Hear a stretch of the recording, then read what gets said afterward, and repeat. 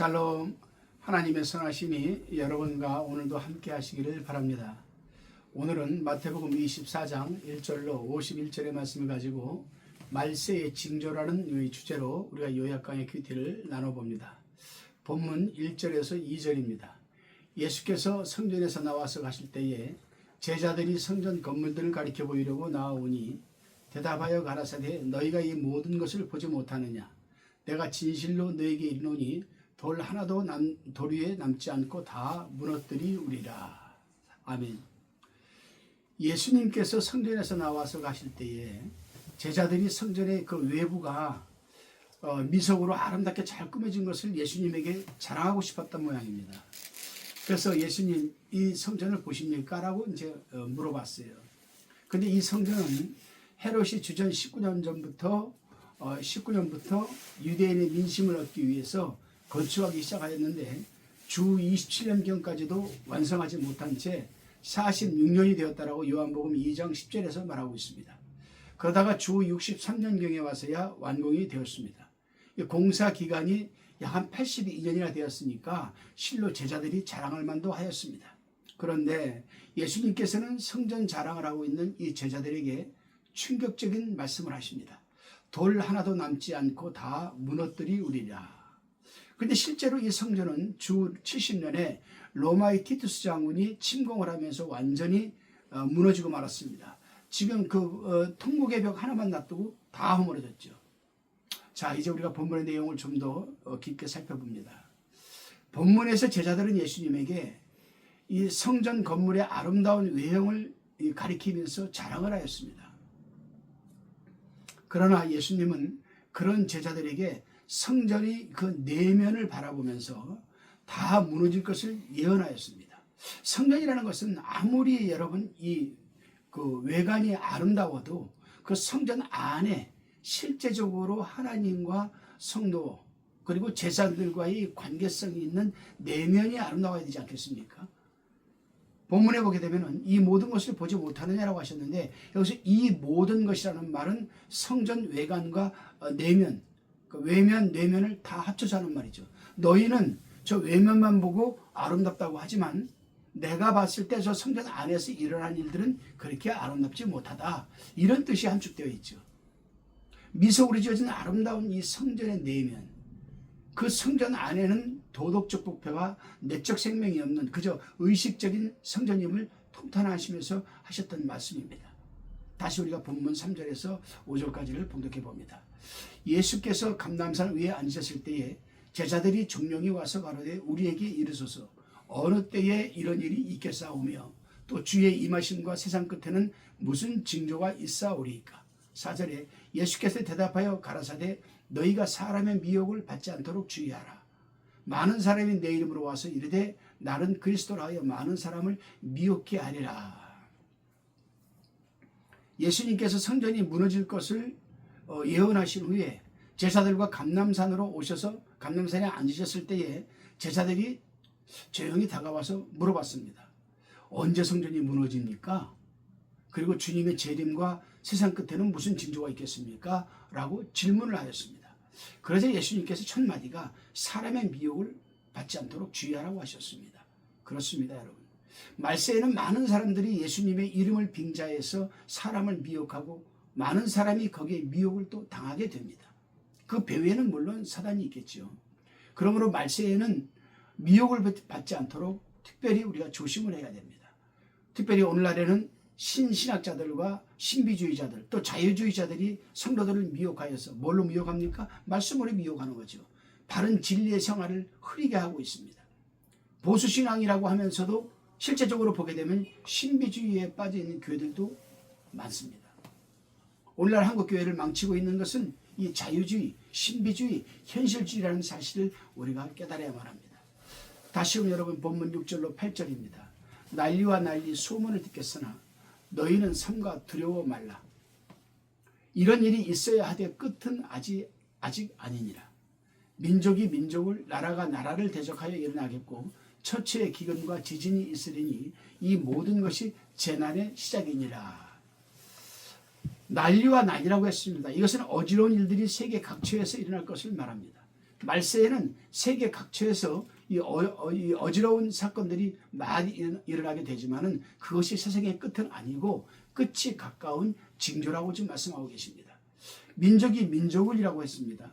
이 말씀은 당파 싸움이나 어떤 그 사상전, 뭐 좌판이 우판이 이런 사상전을 하게 될 것을 가리키는데, 말세에는 이렇게 선전 따위로 이 상대편 적국의 국민 세상을 어지럽게 해서 싸울 생각을 잃게 하는 일들이 일어날 것을 예수님은 미리 보고서는 말씀을 하셨습니다. 나라가 나라를 대적하여라고 했습니다. 이 말씀은 사상 대립과 작은 당파 싸움이 점점 커져서 국가와 국가 간의 전쟁으로 확대되고 마침내 세계적인 여러분 전쟁으로 확대되는 것이 말세의 징조라고 지금 말씀을 하고 계십니다. 처치의 기근이라고 있을 것이라고 했습니다. 말세에는 여러분 모든 것이 기근이 들 때입니다. 먼저는 영적인 면과 또 말씀의 영적인 면과 말씀의 기근이 듭니다. 그렇습니다, 여러분.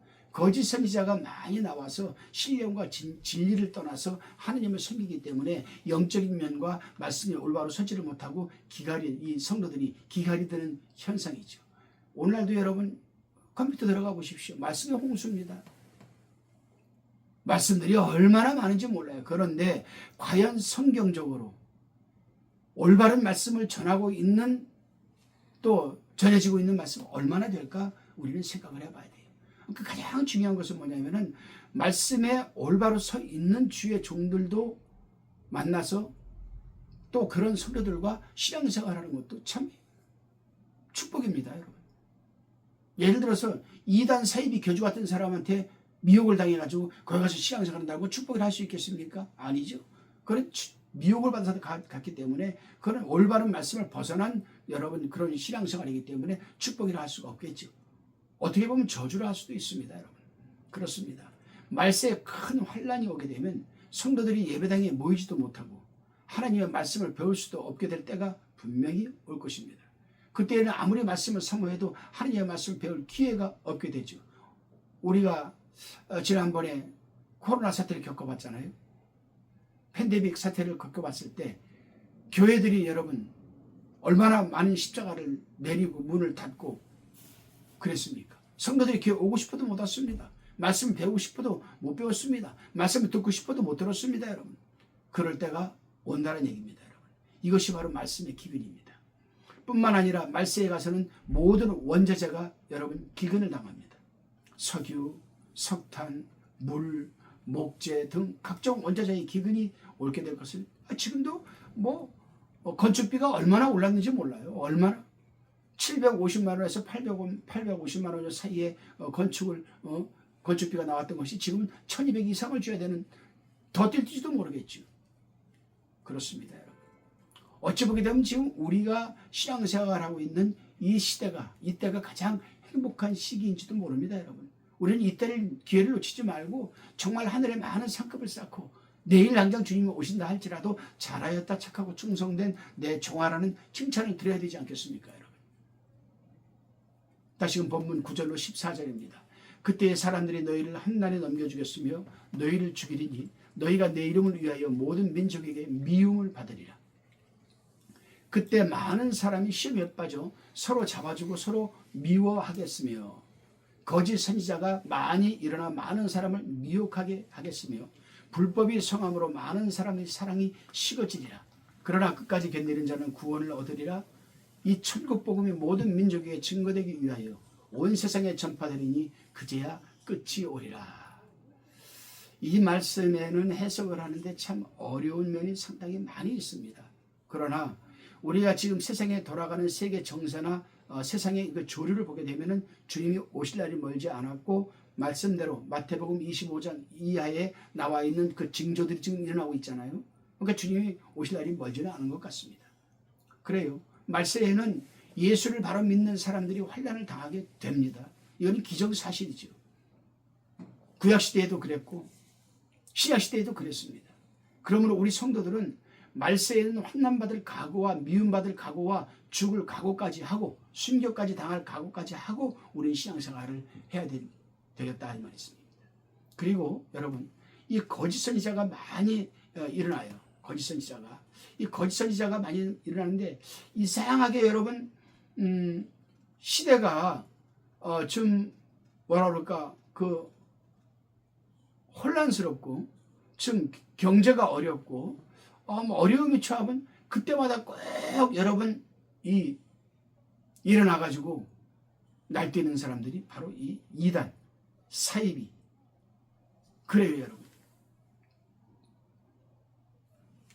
이단들은 자기네가 최고라고 그러죠. 자기네한테 와야 구원받을 수 있다고 합니다. 성경이 그렇게 가르칩니까? 아니잖아요. 거짓 선지자가 많이 일어나게 된다고 말씀을 하시는데 거짓 선지자는 성경을 잘못 가리키는 교역자들을 가리키는 겁니다. 여러분. 거짓 선지자가 다른 거짓 선지자가 아니에요. 성도들 입맛대로 성도들이 들으면 달콤할 정도로 미혹하고 유혹하고 성경의 본질을 벗어나서 잘못 가리키는 것, 그게 거짓 선지자 아니겠습니까? 여러분. 이들을 우리는 흔히 다른 말로 사꾼 목자라고도 합니다. 여러분 한번 보십시오. 우리가 냉정하게 생각을 해봅시다. 성경을 보게 되면은 성경 66권 창세기부터 요한계시록까지 구약의 39권 하나님이 축복하시는 말씀이 많습니까? 책망하시는 말씀이 많습니까? 또 신약의 27권 마태복음서 요한계시록까지 하나님이 축복하시는 말씀이 많습니까? 책망하시는 말씀이 많습니까? 거기다가 책망이죠. 95%가 96%, 7%가 책망하는 말씀입니다. 그럼 당연히 교육자들도 참 목자라면은 양들의 잘못된 부분을 말씀으로 희석을 시켜서 성도들이 깨달을 수 있도록 그 잘못된 것을 깨닫고 바로 유턴, 슈브, 메타노이아, 회개할 수 있도록 가르치는 것이 올바른 목자 아니겠습니까, 여러분? 축복이다, 축복이다, 축복이다 거기만 쫓아다니지 마십시오, 여러분. 굉장히 위험스러운 겁니다. 그래요, 여러분. 선한 것을 악하다고 가르치는 자가 거짓 선지자 아니겠습니까? 또 악한 것을 선하다고 하는 것도 거짓 선지자 아니겠습니까, 여러분? 성경을 바르게 가르치는지 잘못 가르치는지를 우리가 분별력을 갖고 잘 살펴서 참 선지자와 거짓 선지자를 우리는 구별해야 될 것입니다. 또한 말세는요, 많은 사람이 시험에 빠져 서로 잡아주고 거짓 선지자가 나와서 많은 성도들을 미혹하여서 진리에서 떠나게 되면서 무엇이 식어져요? 사랑이 식어진다라고 지금 말씀을 하고 계십니다. 사랑이 식어진다. 이 사랑이 어떤 사랑입니까, 여러분? 세상에서 남녀가 서로가 좋아하는 에로스 사랑 아니에요. 러블이 아니에요. 여기서 말하는 사랑은 십자가의 사랑을 얘기하는 겁니다. 십자가의 사랑. 한 영혼을 구원하기 위해서 그 한 영혼을 불쌍하게 여기고 자기가 희생하고 봉사하고 섬기는 것, 이런 사랑을 얘기하는 거거든요. 이런 사랑을 우리는 흔히 러브도 아니고 에로스도 아니고 그걸 우리는 아가페 사랑이라고 합니다. 이 아가페 사랑이 식어진다는 거예요. 그러니까 말세가 되면은 자기밖에 모르는 거죠. 이기적이고 독선적이고. 근데 바로 이어서 주님이 이런 말씀을 하시래요. 그러나 끝까지 바른 진리에 서서 끝까지 견디는 자는 구원을 얻으리라. 뭘 견뎌야 됩니까, 여러분? 바른 진리에 서서 견뎌야 된다는 거예요. 바른 진리에 서서. 그렇습니다. 오늘날 이 세대는 세계적으로 복음이 다 전파되어 있다고 볼 수도 있어요. 물론 아직도 복음이 전파가 안 된 곳은 있긴 있지만은 인구 분포도로 봤을 때 그렇다는 얘기입니다. 세계 정세나 자연 환경을 보게 될 때에 마지막 세상 끝이 다 되었다고 해도 지금 과언이 아닐 겁니다. 제가 그저께 어저께 잠깐 중국에 있는 그 후배 목사죠. 선교사인데 전화를 받았어요. 목사님 신앙이 언제쯤 한번 오시겠습니까? 그래서 지금 내가 교회 건축 때문에 여기 신경 쓰느라고 정신이 없다. 그러니까 내가 몸도 아프고 그러니까 내가 몸이 회복되면 한번 갈게. 지금 중국은 난립니다. 막 그냥 이 먼지가 휘몰아치는가, 앞이 안 보일 정도로 휘몰아치는가 하면은 폭설이 내려와가지고 차가 그냥 꽁꽁 다 얼어버리고 비가 그냥 폭포수처럼 쏟아져가지고 막 지금 난리라고 그럽니다. 그래요, 여러분. 그러나 우리 믿는 사람은 그러한 환경과 그러한 우리 눈에 보이는 것들에 대해서 흔들리면 안 됩니다.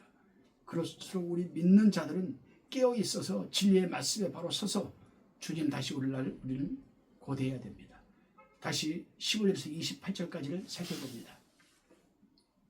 예수님께서는 다니엘이 600년 전에 이미 예언한 것, 그것을 인용하여, 그 말씀을 인용하여서 멸망에 가져간 것이 거룩한 곳에 선 것을 보거든 산으로 도망하라. 이해가 잘 안 되는 말씀이죠. 그러나 다니엘서 9장 27절 말씀, 11장 31절 말씀, 12장 11절 말씀을 참고해서 우리가 보게 되면 이해가 될 겁니다. 다니엘은 이 땅에 예수님이 first incarnation, 즉 초림하여서 이 땅에 오시기 600년 전 사람입니다. 600년 전 사람이 예언을 한 말씀이죠. 그런데 이것을 지금 예수님이 인용을 하고 있어요. 예수님이 인용을 하고 있습니다. 이 예언은 역사적으로 진짜 주 70년에 로마 군대가 예루살렘을 함락시키면서 예루살렘에 있는 성전에다가 로마 국기, 이 독수리 같은 이 국기를 꽂아놓은 것을 가리키는 거죠.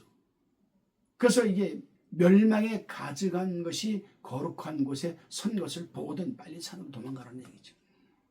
그래요.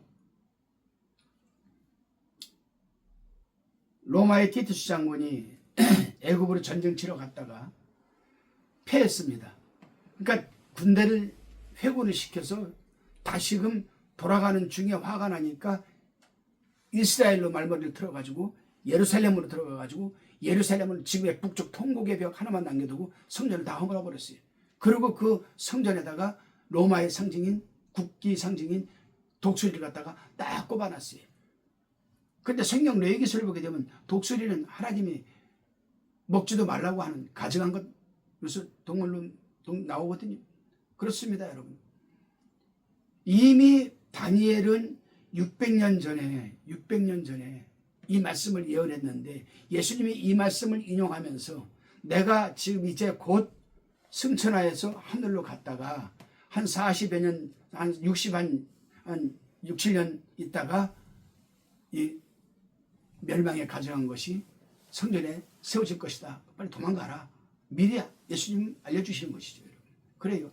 이것은 뭘 의미하는 겁니까? 로마 국가의 권세가 예루살렘 성전 위에 있다는 것을 지금 의미하는 겁니다. 그렇습니다, 여러분. 어느 시대나 국가의 권세가 교회를 지배하게 되면 교회는 더 이상 교회로서의 구실을 하지 못하게 되는 거죠. 우리가 코로나 때 안 그랬습니까? 코로나 때.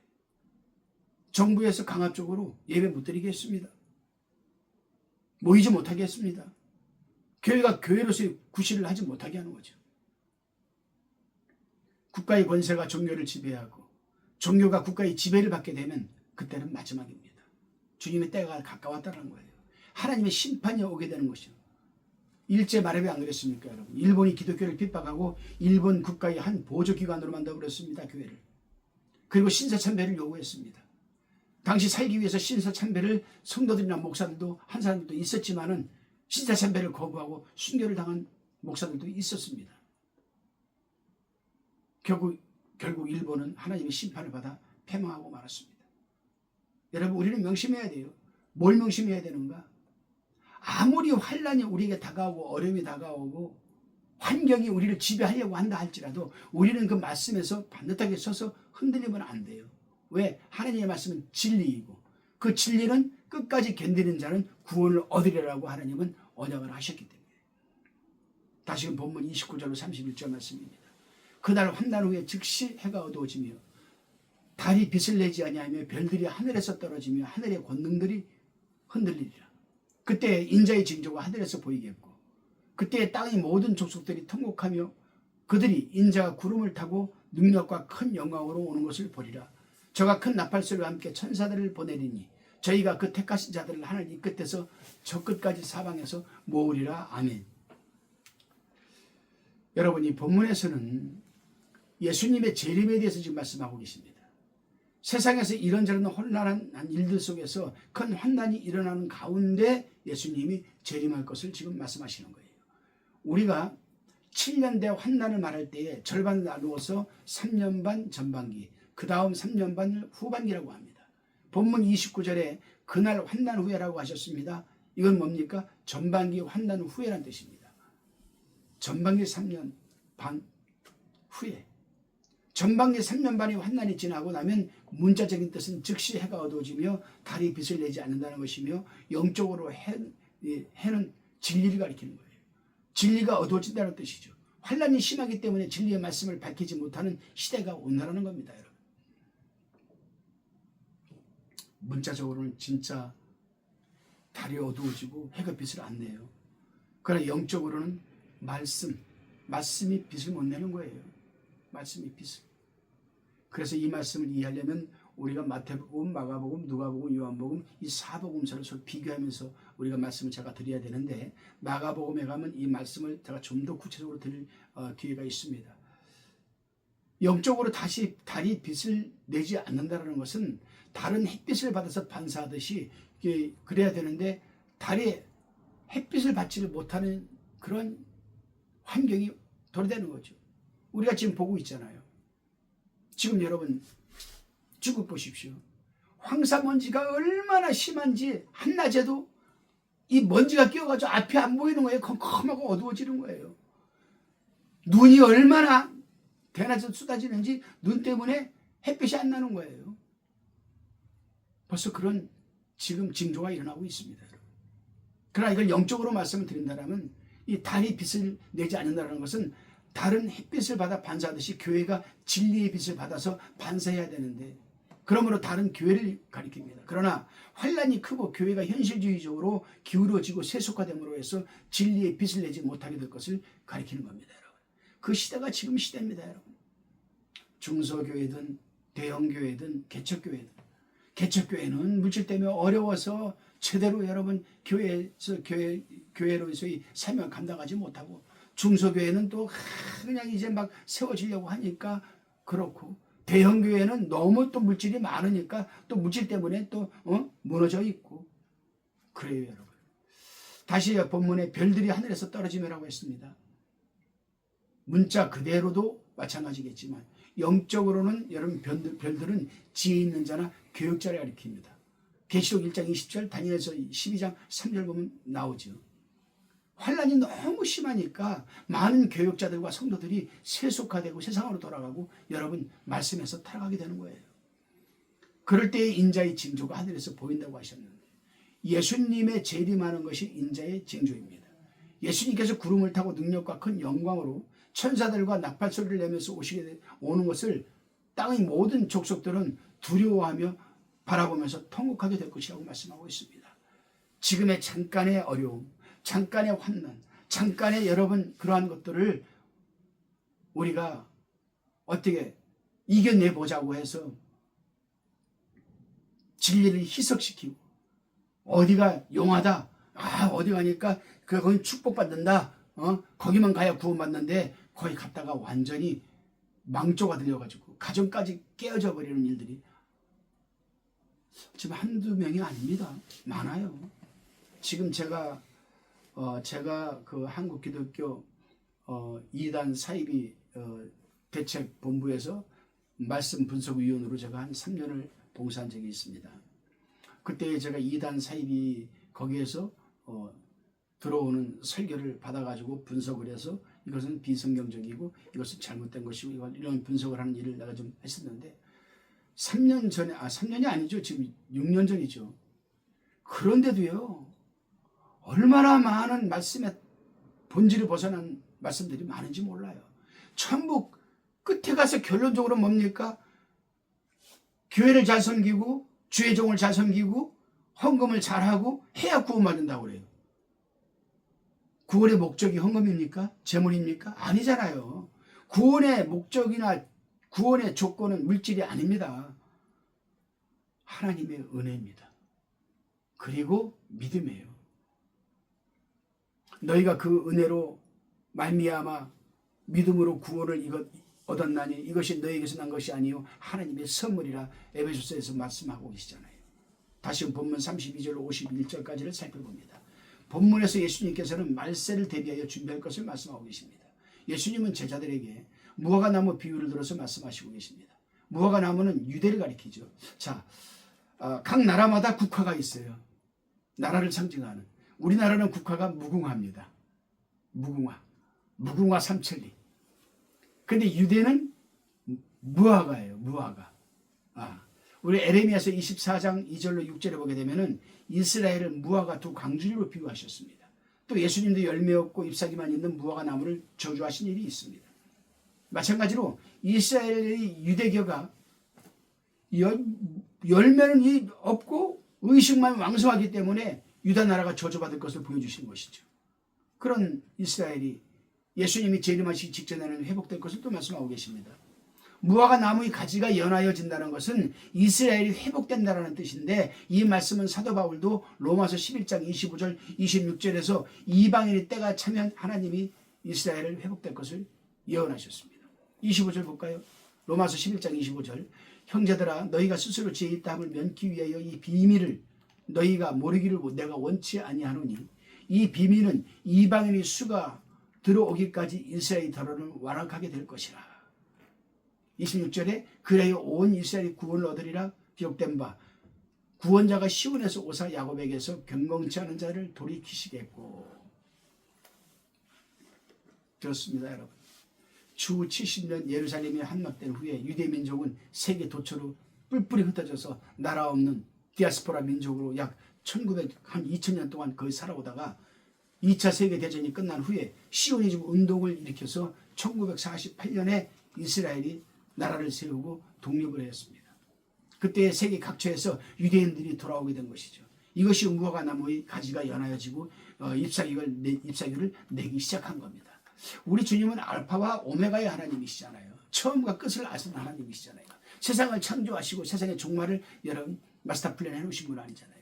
그러니까 여러분, 우리 인간의 나라뿐만이 아닙니다. 세상뿐만 아니라 우리 인간의 일거수일투족을 다 알고 계세요.